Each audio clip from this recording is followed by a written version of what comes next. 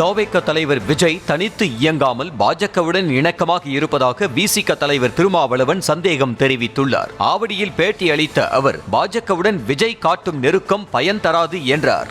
திரு விஜய் அவர்கள் மீது எனக்கு நல்ல மதிப்பு உண்டு. அவர் அரசியலுக்கு வந்ததை முதலில் வரவேற்றவன் நான். ஆனால் அவர்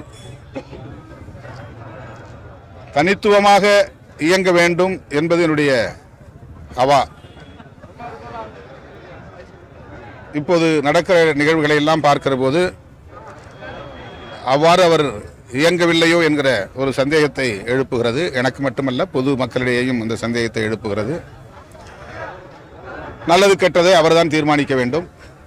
என்னை பொறுத்தவரையில் பாஜகவோடு அவர் காட்டுகிற இணக்க அணுகுமுறை கூட அவருக்கு பயன் தருவதாக அமையாது என்பது என்னுடைய கருத்து.